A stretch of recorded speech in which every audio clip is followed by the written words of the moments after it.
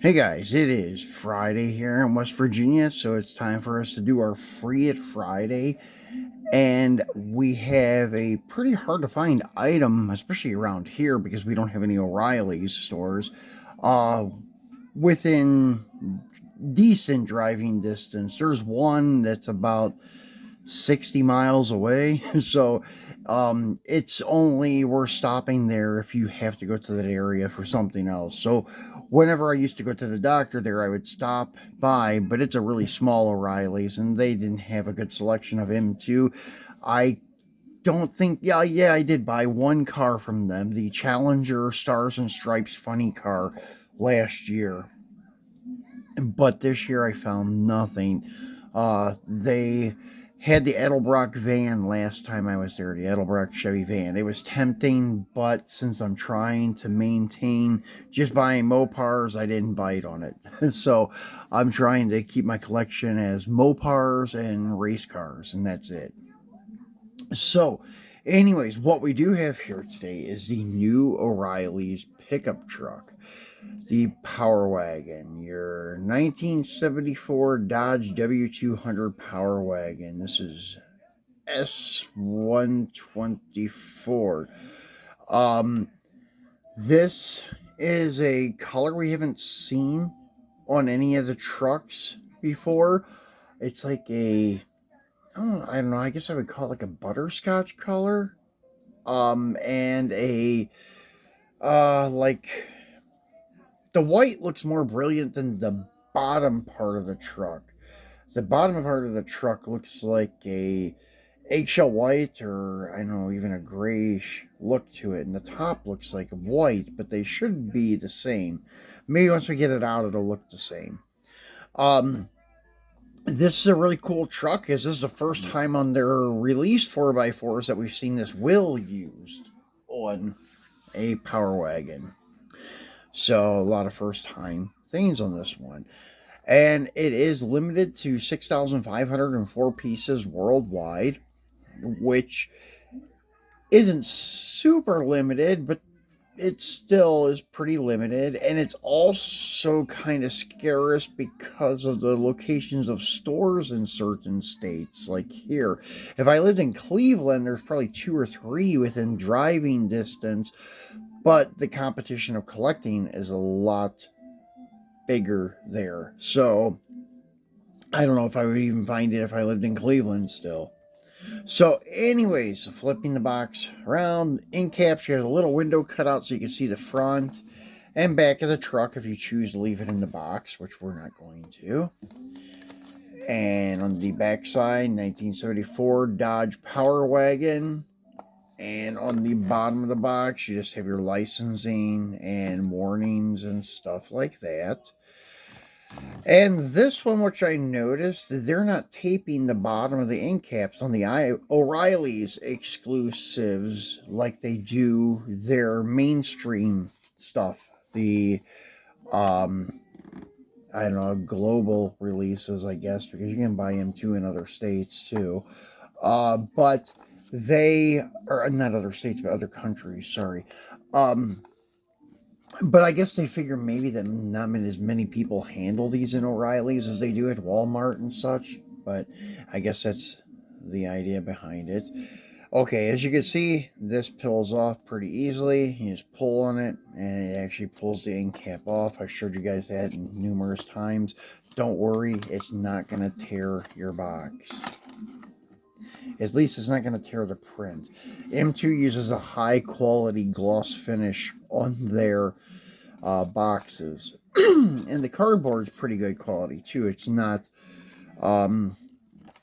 really that thick, but it doesn't like come apart like, say, the end of a Hot Wheel package. The cards, how they fray on the end and become like soft, what we call soft corners. These boxes don't do that, but you have to be careful because they will tear. So slide him out and take our acrylic dome off, and then get our handy dandy M2 screwdriver, and we'll take him off of the base. And yeah, I was pretty happy to find this guy. I don't know, I still feel I overpaid, but compared to what other people want on eBay, I think I got a fair price. I got this one for 20 bucks plus shipping, and the shipping was fairly priced at like $6 and something. So altogether with shipping, tax, and everything, I have like 28 bucks in it. I know that they only retail at O'Reilly's for 10 bucks plus tax. So if I would have went and found this at O'Reilly's, I would have only had $11 in it. But as I said, the O'Reilly's that I have to go to, I would have probably spent like 15 bucks in gas to go there and go home. It's a 120-mile round trip. So anyways, yeah, that's why I don't mind paying the little extra for a truck or car that I want, because I know I'm never going to find it in the wild. So there he is. And as I said, it's kind of like, I don't know, you could probably even call it like a mustard color. It does not go with the color on the box. The color on the box is like a beige tan, like a coffee color. But this is not that color. And as you can see, the bottom still looks a little bit duller than the roof, where they should match. You see W200 on the fender, Adventure on the bedside, and then your Dodge on the tailgate, nicely detailed tail lights, chrome bumper with 1974 written on it. It would look better if they would have put a white decal there or some colored rectangle decal to symbolize like a plate instead of just putting 1974 stamped on the chrome. It looks a little bit cheap. And we got some paint flaws on this side. You can see it in the box, but oh well, we'll have to deal with it. And a little bit of a paint run there. It looks like these exclusives they would try to do a little bit better of a job on, but it is what it is. We know M2 does not have the best quality for their releases. The quality control, they let just about anything out where things are broken and off of it and busted up and stuff like that. But yeah, that I have to do.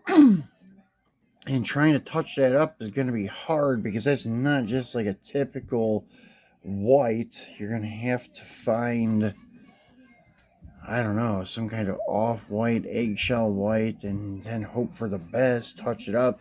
A little white blotch may look better than just the mustard color coming through. So that's kind of a disappointment, but it's okay because it'll be in the display case like that, so you won't ever see the bad spot anyways. So that's it, guys. That is our O'Reilly's exclusive. And they do have another 2 O'Reilly's exclusives of the Dodge truck. We've unboxed one. That was their Christmas ornament step-side model. I think it's a 1972.